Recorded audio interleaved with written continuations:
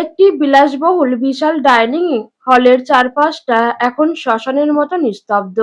মেঝে থেকে শুরু করে শ্বেতপাথরের দেয়াল পর্যন্ত সর্বত্র ছিটকে আছে তাজা রক্ত। টেবিলের ওপর এবং ফ্লোরে ছড়িয়ে ছিটিয়ে পড়ে আছে কয়েকজনের নিথর রক্তাক্ত শরীর। 4 থেকে 5 জন মানুষের দেহ এমন নৃশংসভাবে ছিন্নবিচ্ছিন্ন হয়ে পড়ে আছে যে তাদের চেনার উপায় নেই।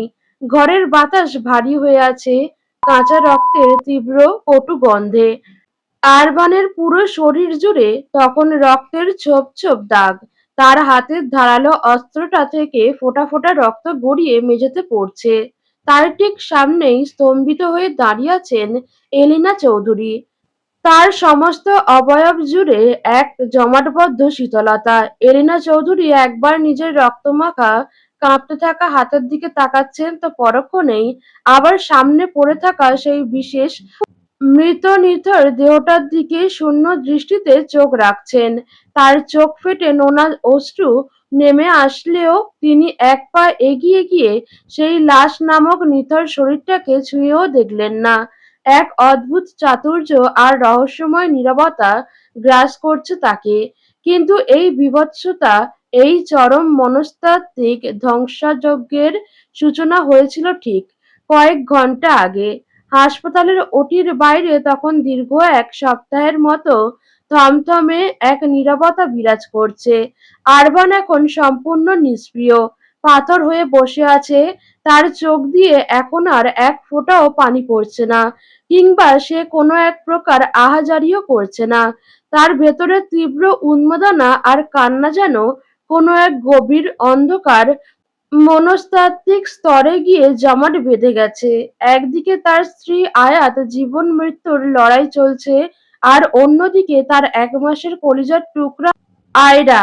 আনায়াকে প্রাথমিক চিকিৎসা দিয়ে ওটি থেকে বের করার পর থেকেই আরবান মেয়েটাকে নিজের বুকের সাথে শক্ত করে জড়িয়ে ধরে বসে আছে। এরই মাঝে শাহজাদির জ্ঞান ফিরেছে। তার মাথায় সাদা ব্যান্ডেজ করা। জ্ঞান ফেরার পর শাহজাদির মুখ থেকে সেই বিকেলের প্রতিটি ঘটনার বিবরণ, আরশাদ চৌধুরীর প্রতি কুৎসিত আঘাত আর স্বীকারোক্তির কথা শোনার পর থেকেই আরবান এইরকম পাথরের মতো স্তব্ধ হয়ে গেছে। সে নিজের বুকের সাথে আনায়াকে শক্ত করে জড়িয়ে ধরে অপলক দৃষ্টিতে শূন্যে তাকিয়ে রইল। তার চোখ দুটো রক্ত জবার মতো লাল, যেন সেখান থেকে যে কোনো মুহূর্তে তীব্র আগ্নেয়শিলা বের হয়ে চারপাশ পুড়িয়ে ছাই করে দেবে। মাঝে মধ্যে আরবান অবচেতনভাবেই বুকের ভেতরের মেয়েটাকে বড্ড বেশি জোরে চেপে ধরছিল, যার কারণে 1 মাসের পুচকে মেয়েটা ব্যথায় কেঁদে উঠছিল। শাহজাদি অত্যন্ত ভয় পেয়ে আলতো পায়ে এগিয়ে এসে আনায়াকে নিজের কোলে নিতে চাইল, কিন্তু আরবান পুরোটা সময় কারো কাছে নিজের মেয়েকে দিল না। তার চাউনি তখন এমন হিংস্র ছিল, যেন এই হাসপাতালের প্রত্যেকেই তার মেয়ের ক্ষতি করতে এসেছে। কেউ তাকে স্পর্শ করলেই সে তাকে ছিঁড়ে ফেলবে। অবশেষে ফারহান অনেক খোঁজাখুঁজি করে 1 মাসের বাচ্চার জন্য দুধের ব্যবস্থা করে আনলো। এক প্রকার জোর করেই আরভানের বুক থেকে মেয়েকে ছাড়িয়ে নিয়ে খাওয়ানো হলো। ঠিক তখনই দীর্ঘ সময় পরে অপারেশন থিয়েটারের লাল বাতিটা নিভে গেল। একজন ডাক্তার ক্লান্ত পায়ে বাইরে বেরিয়ে এলেন, অথচ আশ্চর্যজনকভাবে আরভান তার কাছে এগিয়ে গেল না, কিংবা আয়াতের অবস্থা কেমন তা জানতেও চাইল না। সে যেন এক জ্যান্ত লাশ হয়ে ওখানেই বসে রইল। অথচ কিছুক্ষণ আগেও এই আরভানই পাগলের মতো হাসপাতালের করিডোরে ছুটোছুটি করছে। এক ব্যাগ রক্তের জন্য পুরো মেলবোর্ন শহর ওলটপালট করে ফেলেছে। ফারহান অবাক চোখে আরভানের দিকে তাকিয়ে রইল। সে কোনোভাবেই নিজের চেনা এই আরভানকে মেলাতে পারছে না। এই নীরবতা যেন কোনো এক প্রলয়কারী ঝড়ের আগের নিস্তব্ধতা। ডাক্তার ফারহান ও শাহজাদির দিকে এগিয়ে এসে তাদের আশ্বস্ত করে মৃদু গলায় বললেন, "don't worry baby and mother, both are out of danger now." Farhan ভেবেছিল এই শুভ সংবাদটা শোনা মাত্রই আরভান হয়তো আয়াতকে দেখার জন্য পাগলের মতো ডাক্তারের ওপর চড়াও হবে, আইসিইউর দরজা ভেঙে ভেতরে ঢুকবে। কিন্তু তার সব ভাবনাকে উল্টে দিয়ে আরভান কিছুই করল না। সে আগের মতোই নিস্তল নির্বাক হয়ে বসে রইল। শাহজাদি অত্যন্ত উদগ্রীব হয়ে ডাক্তারের উদ্দেশ্যে বলল, ডক্টর, আমি কি আমার ভাবির সাথে একটু দেখা করতে পারি? দূর থেকে হলেও। ডাক্তার মাথা নাড়িয়ে বললেন, নো। এখনো ওনার জ্ঞান ফেরেনি, তাই এই মুহূর্তে কাউকেই ভেতরে যাওয়ার অনুমতি দেওয়া যাবে না। শাহজাদি আর ফারহান অত্যন্ত হতাশ ও চিন্তিত মুখে একে অপরের দিকে তাকিয়ে রইল। ঠিক তখনই হঠাৎ আরবান সোজা হয়ে উঠে দাঁড়ালো। অত্যন্ত ধীর ও ভারী পায়ে হেঁটে সে আইসিইউর বিশাল কাঁচের দেয়ালটার সামনে গিয়ে দাঁড়ালো। ভেতরের আবছা আলোয় দেখা যাচ্ছে দুটো শয্যা। একটিতে আয়াত নিস্তেজ হয়ে শুয়ে আছে, তার সমস্ত শরীরে নানাবিধ পাইপ, আর ওপাশে তার আদুরে আয়রা শুয়ে আছে, যার ছোট্ট হাতে সাদা ব্যান্ডেজ জড়ানো। আরবান এতক্ষণ নিজের ভেতরে সমস্ত আবেগ পাথর চাপা দিয়ে রাখলেও এই দৃশ্য দেখে আর পারল না। তার চোখের কোণ বেয়ে এক ফোঁটা তপ্ত অশ্রু গড়িয়ে পড়ল, কিন্তু পরক্ষণেই সে তার শক্ত হাত দিয়ে সেই অশ্রু মুছে ফেলল। তার চোখের মণি তখন এক চরম মনস্তাত্ত্বিক হিংস্রতায় রূপ নিয়েছে। সে ফারহানের দিকে না তাকিয়েই আয়রনের মতো শক্ত ও শীতল গলায় শুধু বলল, আমি ফিরে না আসা পর্যন্ত আমার পুরো পরিবারের দায়িত্ব তোর, ফারহান। কথাটা বলেই সে আর এক সেকেন্ডও দাঁড়ালো না, সোজা করিডর বেয়ে লিফটের দিকে হাঁটা দিল। ফারহান প্রথমে কিছুই বুঝতে পারল না, তবে আরবানের এই বরফ শীতল শান্ত ভাব দেখে সে স্পষ্ট বুঝতে পারল আরবান আজ বড় কোনো ধ্বংসযজ্ঞ ঘটাতে যাচ্ছে। মেলবোর্নের বুকে আজ কারো রক্তগঙ্গা বইবে। সে অত্যন্ত আতঙ্কিত হয়ে শাহজাদিকে ওখানেই থাকতে বলে আরবানের পিছু নিল। আরবান যখন পার্কিং লটের দিকে এগিয়ে যাচ্ছিল, ফারহানের পায়ের শব্দ পেয়ে সে আচমকা থমকে দাঁড়ালো। নিজের গাড়ি ঘোরানোর আগেই আরবান পেছন ফিরে অত্যন্ত ধারালো, গম্ভীর ও ক্ষুব্ধ কণ্ঠে বলল, আমি আমার পেছনে আসতে বলিনি ফারহান। যেখানে যাচ্ছি সেখানে তোর কোনো জায়গা নেই। ফারহান আরভানের সেই চাহনি দেখে থমকে ওখানেই দাঁড়িয়ে গেল। তার বুকে আরভানের অবাধ্য হওয়ার মতো সাহস হলো না।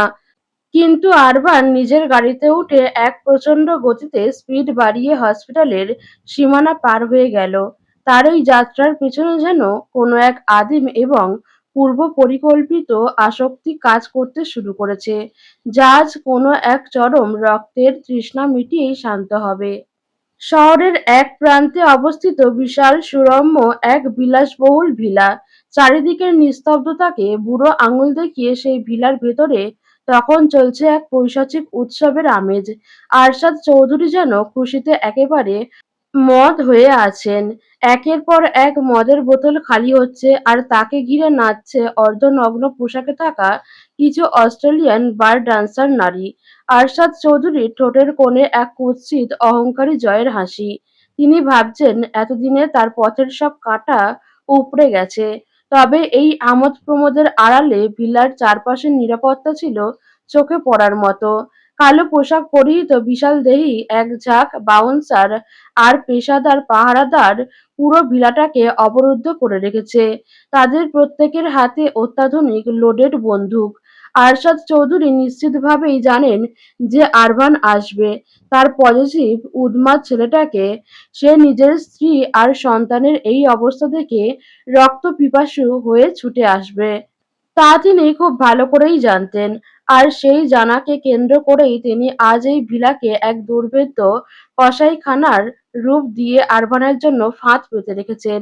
ঠিক তখনই ভিলার সদর দরজার সামনে এসে সশব্দে থামল আরভানের সেই কালো গাড়িটি। গাড়ির ভেতরে বসে থাকা আরভানের চোখের মণি দুটো তখন জ্বলন্ত আগ্নেয়গিরি। তার হাতের ফোনে তখনও চলমান রয়েছে আয়াতের ঘরের সেই ক্যামেরার ফুটেজ। আয়াত আর বাচ্চাদের ওপর হামলার সেই প্রতিটি দৃশ্য সে নিজের চোখে দেখছে। তার শক্ত চোয়াল রাগে আর যন্ত্রণায় পিষে যাচ্ছিল। আরশাদ চৌধুরী ভেবেছিলেন আরবানের বাড়ির সব মেন সিসিটিভি ক্যামেরা নষ্ট করে দিয়ে তিনি খুব বড় চাতুরির কাজ করছেন। কিন্তু সেই বোকা লোকটা এটা জানতো না যে আরবানের তীক্ষ্ণ নজরদারির বাইরে ওই বাড়ির একটা ধূলিকণাও নড়াচড়া করতে পারে না। নিজের শোবার ঘরের প্রতিটি গোপন কোণ যে তার নখদর্পণে, তা আরশাদ চৌধুরীর চতুর মস্তিষ্ক ধরতে পারেনি। আরবান ধীর পায়ে গাড়ি থেকে নেমে দাঁড়ালো। তার অবয়বে কোনো তাড়া নেই, কিন্তু তার পুরো শরীর থেকে এক আদিম হিংস্র খুনে হাওয়া বয়ে যাচ্ছিল। ভিলার বাইরে দাঁড়িয়ে থাকা আরশাদ চৌধুরীর পাহারাদারদের প্রায় প্রত্যেকেই আরমান চৌধুরীকে চেনে। মেলবোর্নের আন্ডারগ্রাউন্ডের বেতাজ বাদশাহকে দেখেই স্বভাবতই তারা প্রথমে কোনো আক্রমণাত্মক প্রতিক্রিয়া দেখালো না। কিন্তু আরমানের চোখ তখন ভিড়ের মাঝে অন্য কিছু খুঁজছিল। সে নিখুঁত দৃষ্টিতে প্রতিটি গার্ডের মুখের দিকে তাকাতে লাগলো। তার দরকার সেই নরপশুকে, যে আজ দুপুরে তার মায়াবতী আয়াতের হাত দুটো শক্ত করে চেপে ধরে রাখার দুঃসাহস দেখিয়েছিলেন।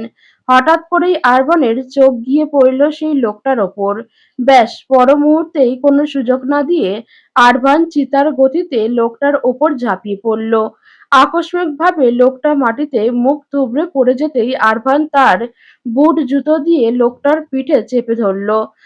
কোনো দয়ামায়া বা দ্বিধা ছাড়া আরবান নিজের ২ হাত দিয়ে টেনে লোকটার ২টি হাত শরীর থেকে টেনে হিঁচড়ে আলাদা করে ফেলল। তীব্র যন্ত্রণায় লোকটা আর্তনাদ করে ওঠার আগেই আরবান নিজের হাতের ২টি আঙুল সজোরে লোকটার চোখের কটরের মধ্যে ঢুকিয়ে দিয়ে চোখ দুটো উপড়ে নিল।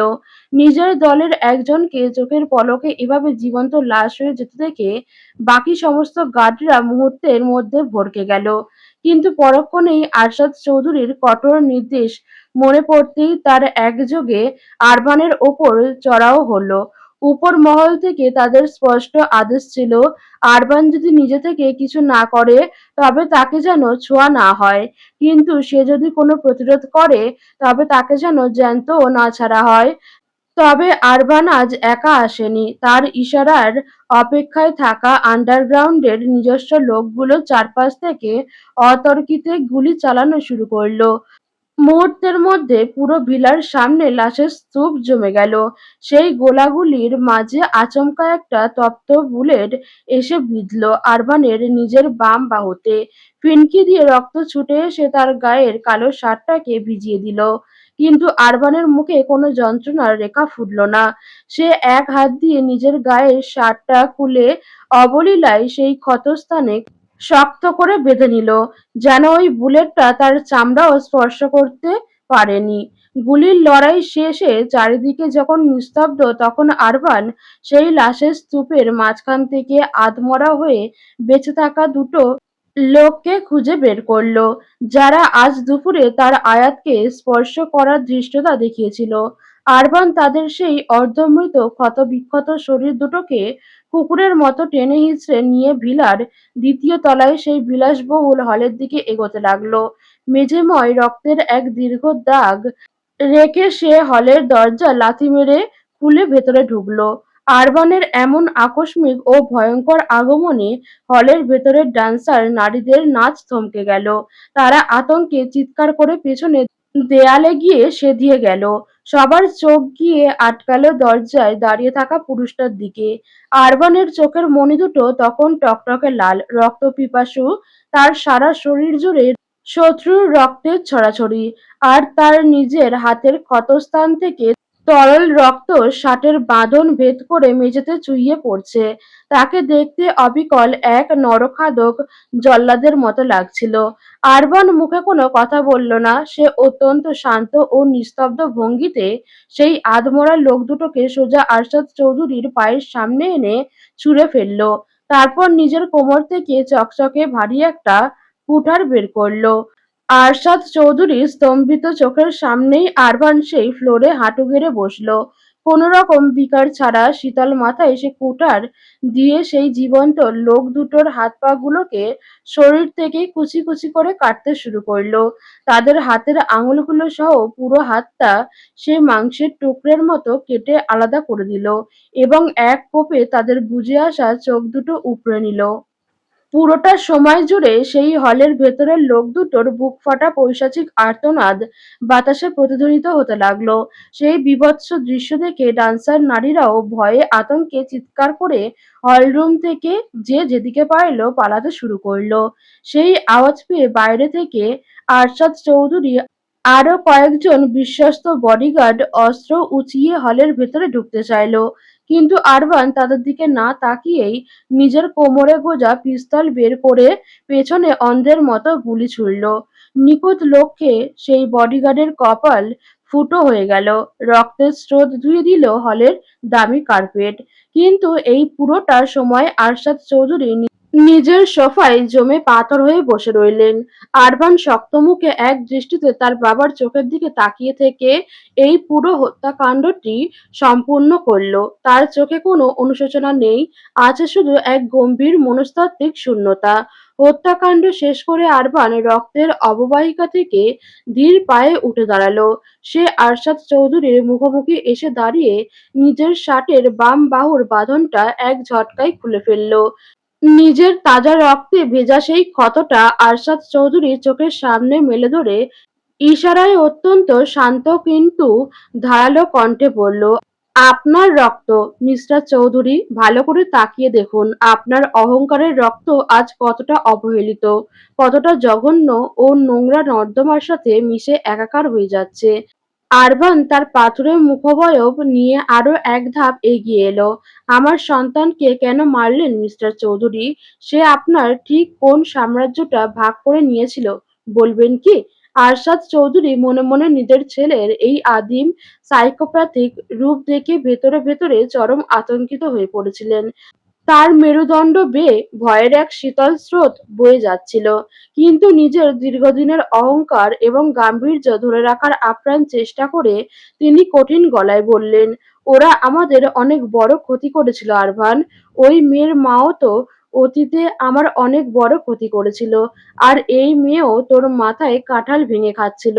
এরা সবাই মিলে আমার নিজের তৈরি সাম্রাজ্য থেকে, আমার নিজের ছেলের থেকে আমাকে দূরে সরিয়ে নিচ্ছিল। তুমি আমার কথা শোনা বন্ধ করে দিয়েছিলে, আমার অন্ধ অনুগত থাকা বন্ধ করে দিয়েছিলে। নিজের বাবাকে অমান্য করার জন্য আর কি কারণ লাগবে আরভান, বলো? আরভান কিছুক্ষণ কোনো কথা বলল না। সে এক দৃষ্টিতে তার জন্মদাতার দিকে তাকিয়ে রইল। তারপর হঠাৎ করেই সে এক উন্মাদের মতো শব্দ করে হাসতে লাগলো। তার সেই অট্টহাসিতে হলের ঝাড়বাতিগুলো যেন কেঁপে উঠল। আরভানের সেই অপ্রকৃতিস্থ হাসি দেখে আরশাদ চৌধুরী এবার সত্যি সত্যিই ভড়কে গেলেন। তার চোখ মুখ ফ্যাকাশে হয়ে গেল। আরভান নিজের দুই হাত আরশাদ চৌধুরীর চোখের সামনে মেলে ধরে গভীর আবেগে ও শান্ত স্বরে বলতে লাগলো, জানেন মিস্টার চৌধুরী, ছোটবেলায় আমার একজন বাবা ছিল। আমার পুরো দুনিয়াটা ছিল ওই একটা মানুষকে কেন্দ্র করে। এই হাত দুটো ধরে তিনি আমার প্রথম হাঁটতে শিখিয়েছিলেন। শিখিয়েছিলেন এই নিষ্ঠুর পৃথিবীতে নিজের অস্তিত্বকে কিভাবে টিকিয়ে রাখতে হয়। নিজের চেয়েও বেশি বিশ্বাস করতাম আমি তাকে।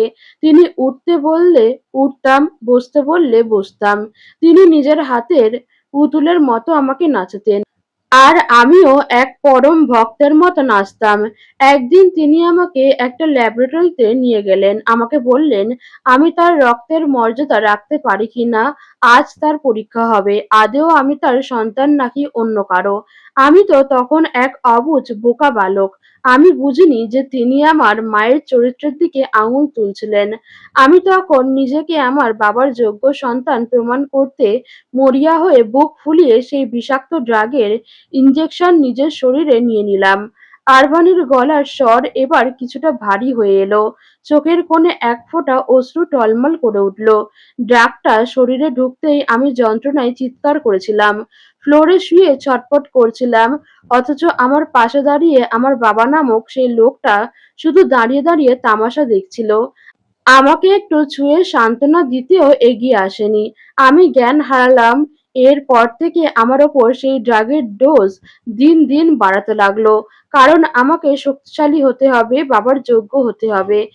আমি সেই তীব্র যন্ত্রণা, সেই নরকীয় ব্যথা সবকিছুকে বাবার ভালোবাসা ভেবে নীরবে সহ্য করে গেলাম। তারপর বাবা আমাকে নিয়ে গেলেন বাংলাদেশে। বাবার একটা মাত্র কথায় ১৭ বছর বয়সী আমি কোনো কিছু না ভেবে বিয়ে করে নিলাম একটা অবুঝ বাচ্চা মেয়েকে। অস্ট্রেলিয়ায় ফিরে আসার পর মায়ের সাথে আমার দূরত্ব তৈরি করা হলো। আমার শরীরে যখন সেই মরণব্যাধি হৃদরোগ ধরা পড়ল তখনও আমি মাকে কিছু বলিনি। কারণ কারণ আমি আমার সেই বাবার ওপর অন্ধের মতো বিশ্বাস রাখতাম।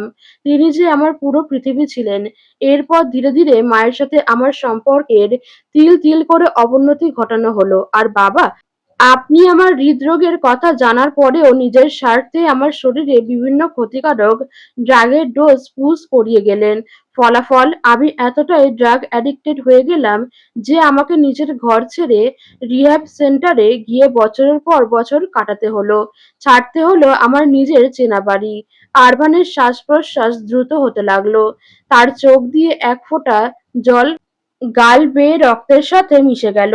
এরপর আমার পুরো পৃথিবীটা হয়ে গিয়েছিল এক অন্ধকার কুঠুরি। না ছিল বাঁচার আশা, না ছিল জীবনের প্রতি কোনো মায়া।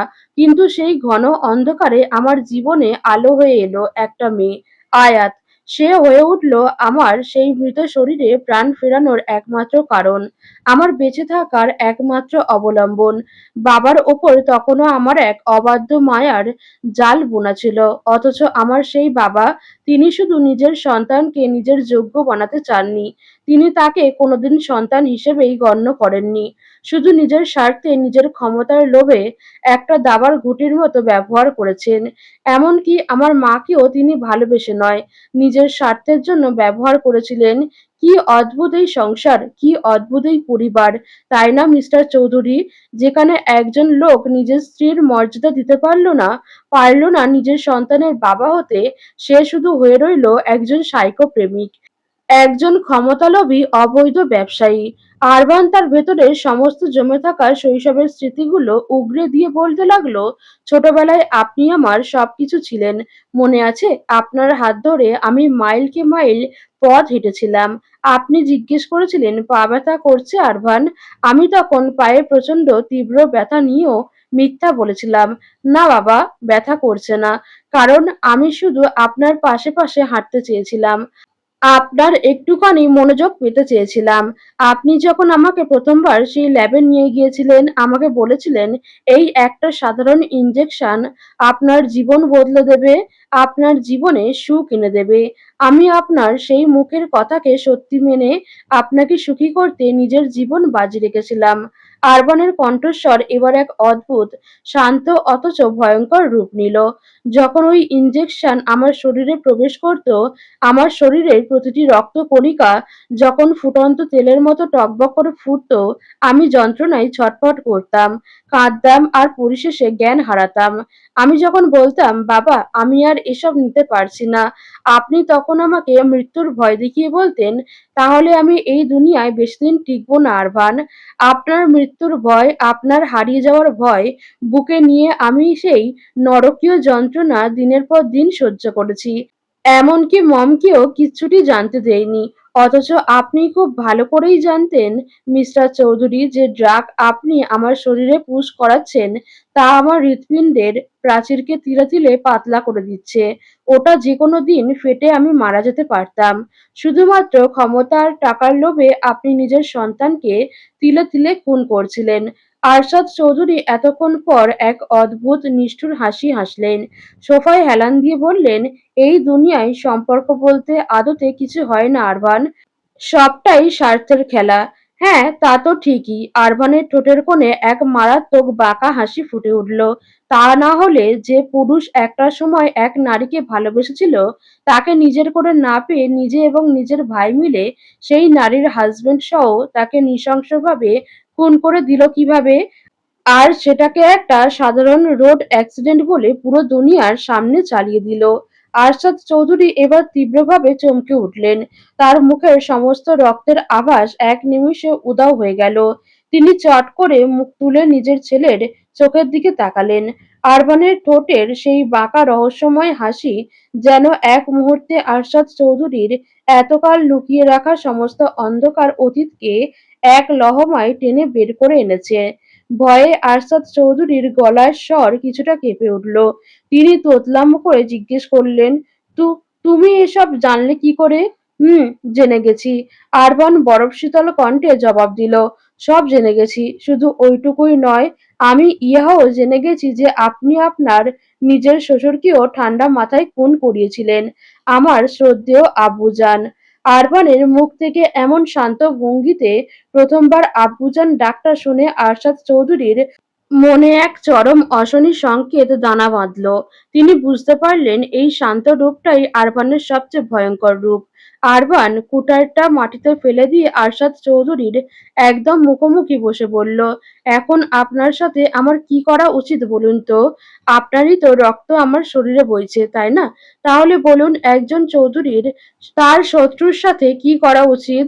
আরশাদ চৌধুরী বেগতিক দেখে এবার সুর নরম করার চেষ্টা করলেন। কাঁপা কাঁপা গলায় বললেন, দেখো আরবান, এটা সত্যি যে অতীতে আমি অনেক ভুল করেছি, কিন্তু আমি তোমার সন্তানদের মারতে চাইনি।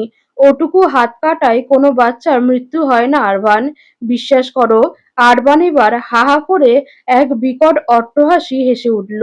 এতক্ষণ যে ছেলেটা নিজের শৈশবের যন্ত্রণার কথা বলতে গিয়ে চোখের জল ফেলেছিল, তার এই হঠাৎ পৈশাচিক হাসি দেখে আরশাদ চৌধুরী আতঙ্কে সোফার সাথে সেঁধিয়ে গেলেন।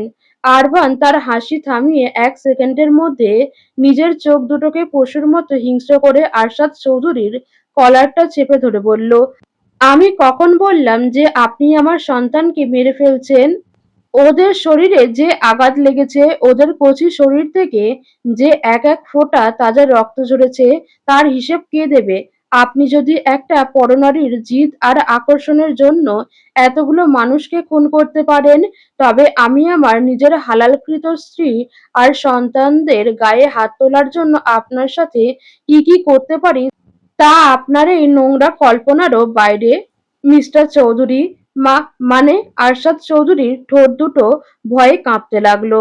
আরবান আরশাদ চৌধুরীর মুখটা নিজের দিকে টেনে এনে হিসিয়ে বলল, মানে খুব সহজ, শুধু আমার বউয়ের মুখের দিকে তাকিয়ে ও যেন আমাকে ভুল বুঝে দূরে সরে না যায়, সেই ভয়ে আমি এতদিন আপনার সব পাপ জেনেও না জানার ভান করে চুপচাপ বসেছিলাম। কিন্তু আজ আপনি আমার জানের ওপর হাত দিয়েছেন, তাই কাল সকালের খবরের কাগজের হেডলাইনটা আমি নিজেই সাজিয়ে এসেছি। নিজের পুত্রবধূ ও নাতনিদের হত্যার চেষ্টার দায়ে ক্ষিপ্ত ছেলের হাতের নৃশংসভাবে পিতা খুন। কেমন হবে বলুন তো হেডলাইনটা, মিস্টার আরশাদ চৌধুরী?